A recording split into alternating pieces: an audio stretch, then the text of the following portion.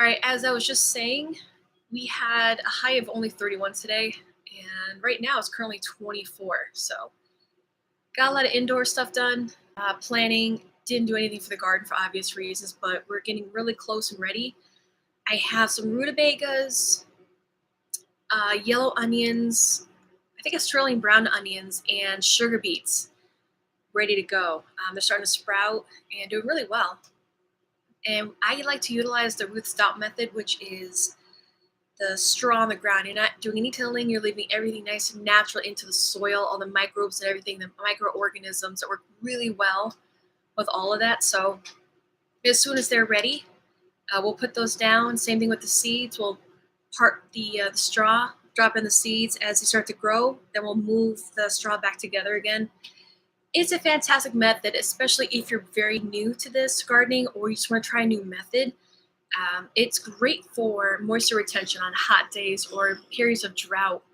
Very helpful, especially if you have issues with your knees or back or body and you're unable to get down and garden like you once used to.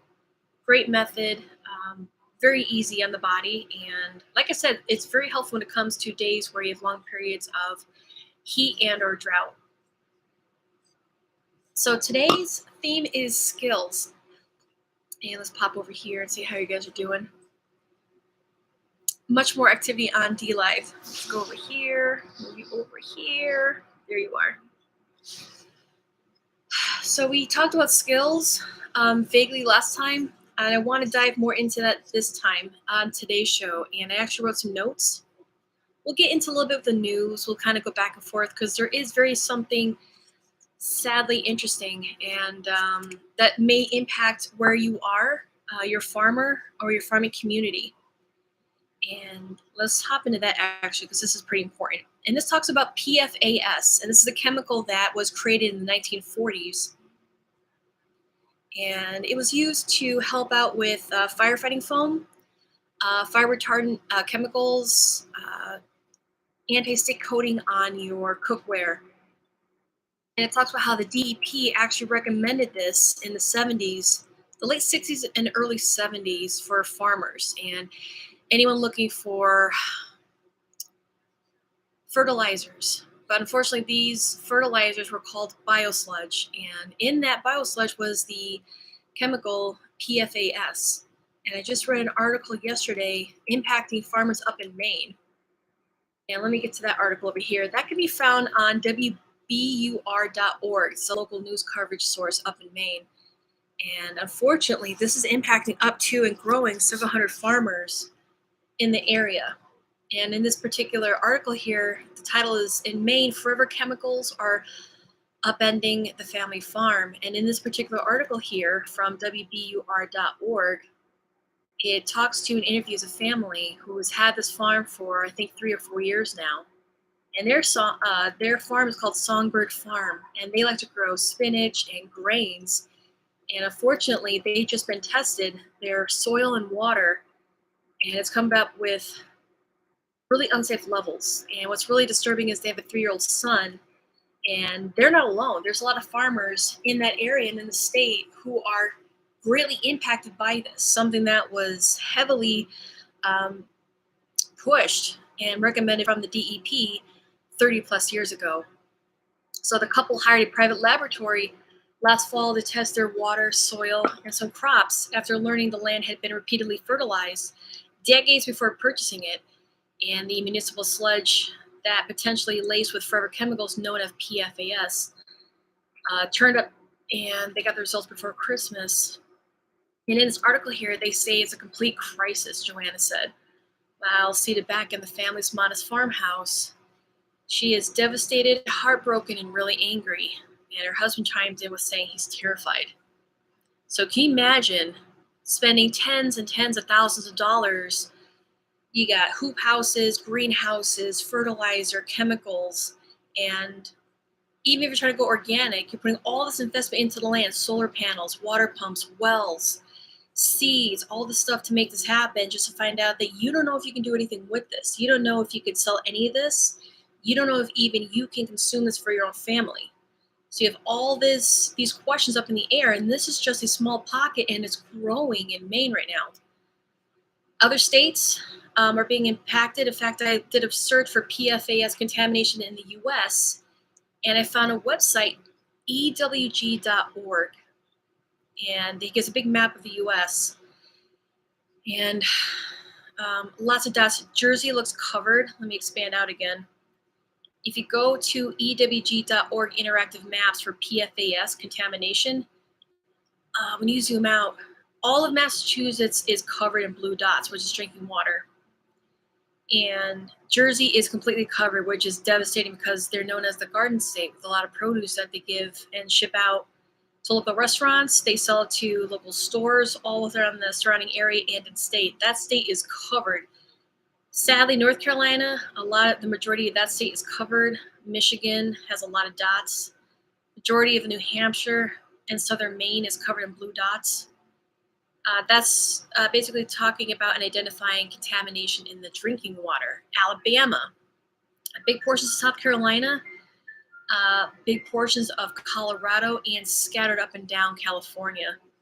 A skinny little line in Arizona, but Florida is very scattered. Just other known sites and orange dots, purple dots are military sites, and blue is water. So, oddly enough, I didn't see anything in our state except for one military base, which is unbelievable. I don't know how we skirted this, but it's early. So just check out the websites, depending on where you live in the country, who you know. The website is ewg.org. If one of my moderators can write that in the description boxes somewhere down below, that would be great. Let's see if I can find the site again. That is, let's see here. The interactive map is under ewg.org. Definitely share that with people depending on where you live. Let's see. That is ewg.org for more information on that. PFAS, chemicals. Yeah, depending if you wanted to start a small farm or if you go to farmers markets, depending on where you live in the country, get your water tested if you're not sure. It's always recommended whenever you move into a new place, get your water tested. We have a well. Ours came back clean, borderline alkaline, which is fantastic. But the other site that really broke this down from a legal standpoint was Pinta's and Mullins Injury Lawyers. They talk about the current testing measure for PFAS. More than 286 million Americans get water from a community water system, according to the CDC. Something to think about. Talks about the risks of high PFAS levels. And here are the health effects: low birth rate, accelerated puberty, skeletal variations in infants, cancer, liver damage, weakened immune system, thyroid problems, and high cholesterol. Class action lawsuits, they're talking about past and future medical bills, transportation costs, pain and suffering, past and future lost wages, which is going to really impact our farmers. And here's a double whammy. The farmers who are being impacted now, and then the farmers who may be impacted in the future when testing is going to happen, and it's going to come around each state. Between the food shortages that are happening now, supply chain issues, I've never seen such a push for people to grow their own food, start their own gardens, or even expand their own gardens. We bought a 25-pound bag of organic rye berries we're going to plant into rice seeds for planting in the future, for milling into bread and other baked goods. So something to start and think about now is, do you garden? And if you do, great, keep going, maybe add a little bit, expand. If you don't, buy some seeds now. Well, they're available and affordable because depending on how this is going to hit your farming community, this is just, again, the interactive map. This is just currently from October 4th of 2021. The next update, I don't know what this is going to look like, but the dots are all over the country. Unfortunately, I don't see anything up in Canada. I think this might have just been a DEP thing in our country at the time ago, but it's everywhere. Bottom of Texas to the very top of North Dakota. I want to say the states that look like they were spared, mostly Nevada, but that's desert. Idaho, there's like 2 dots, but that's military. Wyoming, you got 2 dots. Utah, you have 2 dots. Iowa, you have like 1, but Connecticut, except for that 1 purple dot too as well. Grow your own food, learn to can, dehydrate. I have my dehydrator running right now, actually. We'll save that for the end. I'll walk around and show you what we did yesterday to keep busy. So, skills. That was important enough I wanted to share with you guys before the end because depending again where you live, check out the website, see the farms and the areas that are impacted, and just get a head start on it now because I learned about that yesterday and I couldn't send this out to enough people. Just say, hey, heads up, test your drinking water, test your soil.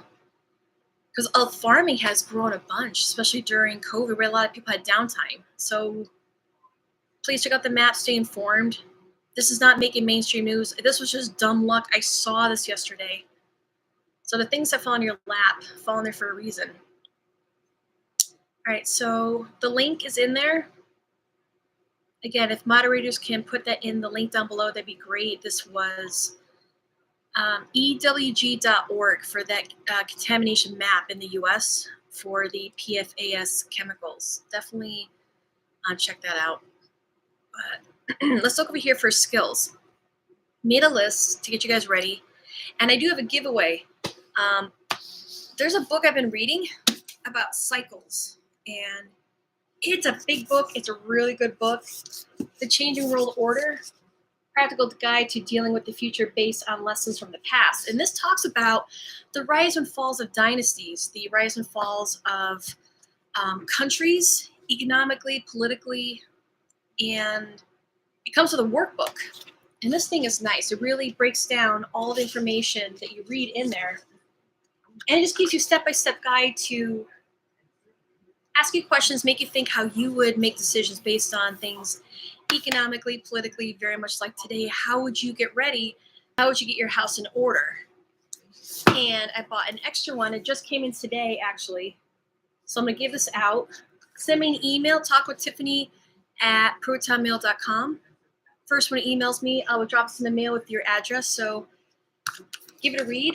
I think this is very fascinating. Everything is in cycles. Nothing is linear like they would teach us and have taught us.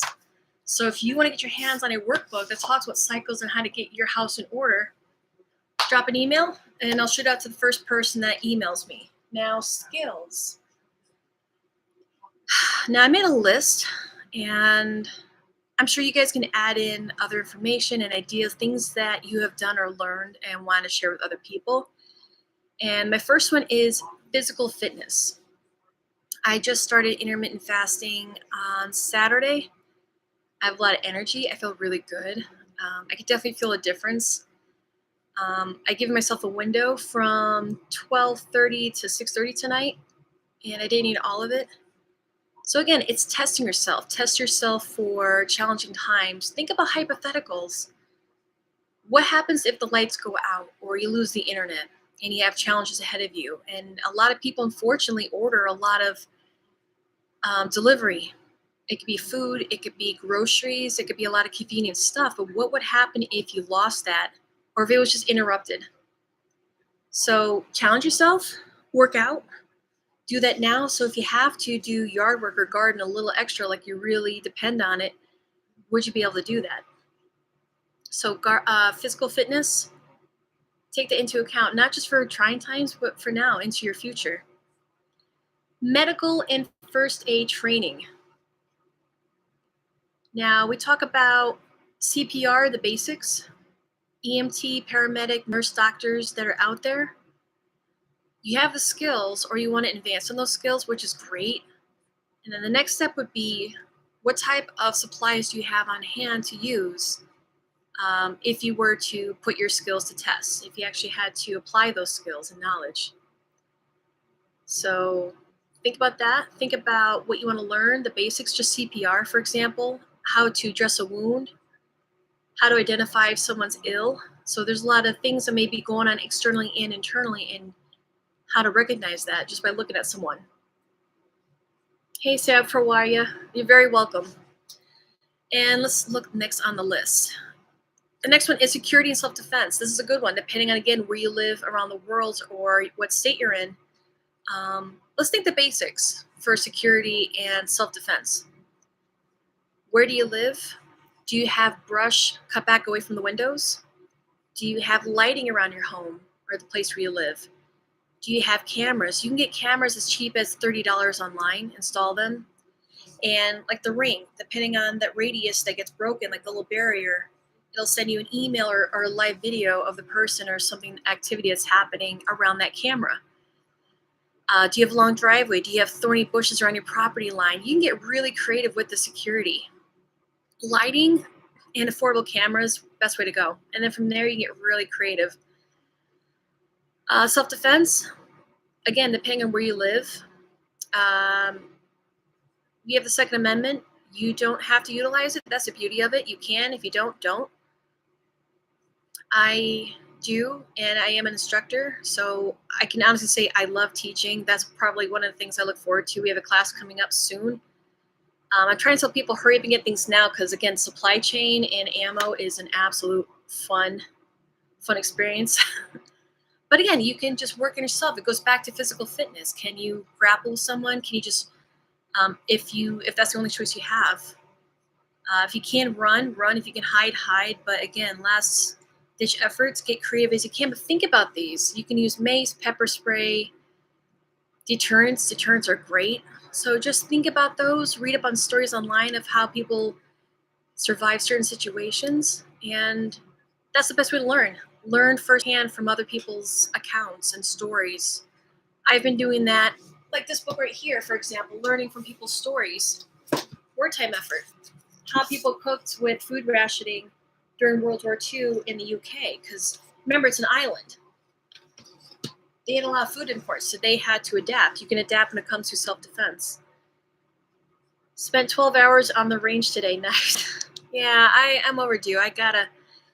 We have iTarget, but again, look online, look at stories, and just start from there. Gardening. Get the failures out of the way now. It takes work, and work out any issues and problems you may have now, depending on where you live. You can grow indoors with grow lights. There's so many videos and books about growing indoors and outdoors. There's so many different methods. You have raised beds, root stock method, how to work different lands with rocks and terrain. You can be, again, creative with it as much as you want. Start simple with buckets if you want to. Learn how to put in drain holes, how to grow potatoes in buckets. There's I think it's Michigan Gardener, MI Gardener. Great information there. There's Ice Age Farmer with geodomes. There's a bunch of people out there. You can get as creative as you want. Haas Farming down in Georgia or Alabama. I think they're out of Alabama. But again, start researching and garden now as big as small as you want. But again, think about the farmers up in Maine and how this is going to spread throughout the country. And on top of that, the massive drought that's happening out west, Lake Mead, that's record levels low, and that's since I think the 70s. So plan ahead. You can do this. A lot of people have options. It's just how creative you want to get with it. Canning. We've talked a lot about this on my channel if you want to look back on videos. Pressure canning, water bath canning, and then once you open up the jars, if it's dried goods inside, you can take a brake bleeder and close it up again and keep the food fresh. Food storage, Mylar bags. I have, again, these videos on here. Food storage, Mylar bags, canning. I have the dehydrator running right now, so again, it's just a matter of put forth the work and effort now so you're in a better place coming into the future. Again, prices are always rising right now. Inflation sucks. It is much higher than what they're telling us. Did you get your Mylar bags today? I talked about that last time. I did a live video yesterday. I mentioned that. I want to check the mailbox. I'm not sure if it's outside the house or not, but yeah, Mylar bags. Buy some, then buy extra. Because again, things are taking a lot longer. I should have gotten those a couple days ago. You guys have good memories. That's kind of neat. Good for you guys. Farming. If you don't have a farm, support your local farmer. Again, a rancher, farmers markets, depending on where you live. These guys are very knowledgeable. If you want to start a garden, pick these guys' brains. Some of these farms are multi-generational. They have tons of information, especially with your area where you live, what works best. And yeah, just communicate, build these communities now, and you'd be surprised what you could accomplish. So let's see here. Animal raising. Depending on your zoning, we're good for chickens and goats. Right now, we just have chickens. Fresh eggs. Hold on. Can you turn that down, please? Thanks. Eggs. Think about the bird flu that we're having right now. I think Kansas, New York State, out west, I think California, Texas, Kentucky. I'm trying to remember other states, but it's massive out in the UK. Not just calling factory birds, but backyard birds, which is really scary. In America, it's not that bad for them to just walk around and think we still have more rights and freedoms, but grab yourself some extra chickens, take good care of them, and they'll take very good care of you, right? With fresh eggs, especially with rising prices. All right, outdoor skills, foraging, starting a fire, cooking outside, building a shelter, and etc. And thank you for the email. Be as creative as you can. I actually have laminated, fold-out map of edible mushrooms in our area. So when it gets a little bit warmer out, we're going to go for more hikes and actually purposely look down even closer, see if we can identify those mushrooms in those laminated maps. You can find those bookstores, Tractor Supply. I think that's where we got ours. Again, it's laminated, so it's waterproof. Put it in your backpack or go bag. Grab it, learn how to identify these things outside. Skills, fixing and DIY. This can be a big one right here. Learn how to fix, learn how to make repairs. This can be anything from repairing your car, your garden, tools, your clothing, learning how to sew and mend socks. In fact, when you fix your socks, it's called darning, D-A-R-N. So I got a little darning kit for like $10 or $12 online a year and a half ago now. So learn these skills. Sewing, mending, building. You can build a rocket stove outside with your landscaping bricks if you had to. Get creative. Look online. Look at people's projects, what they're building, winter projects, summer projects, anything. You can jump down a rabbit hole with projects. It's a lot of fun. Hunting. If you hunt, fantastic. If you know someone who hunts, tag along. You can learn some skills. Learn how to field dress. That's my bucket list this year. I'm a good shot. It's just the field dressing part. I want to work on that this year. I want to start small with a bird and then kind of work my way up to deer. In fact, good to see you too, P. James. How are you? We're talking skills tonight. Feel free to rewind it later, but we're going through a whole list. But it's a lot of good stuff. But when it comes to field dressing, I gotta work on that. I wanna do that. Practice. Put these skills to test. Whatever you do when the power goes out, how to stay warm, how to cook, how to function with limited resources. So we talk about this in length.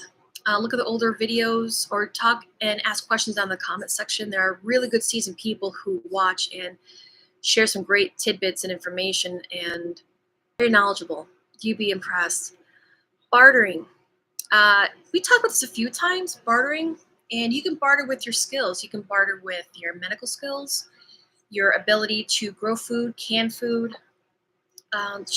Talked about this last week. I just learned how to carve wood and made myself the spoon.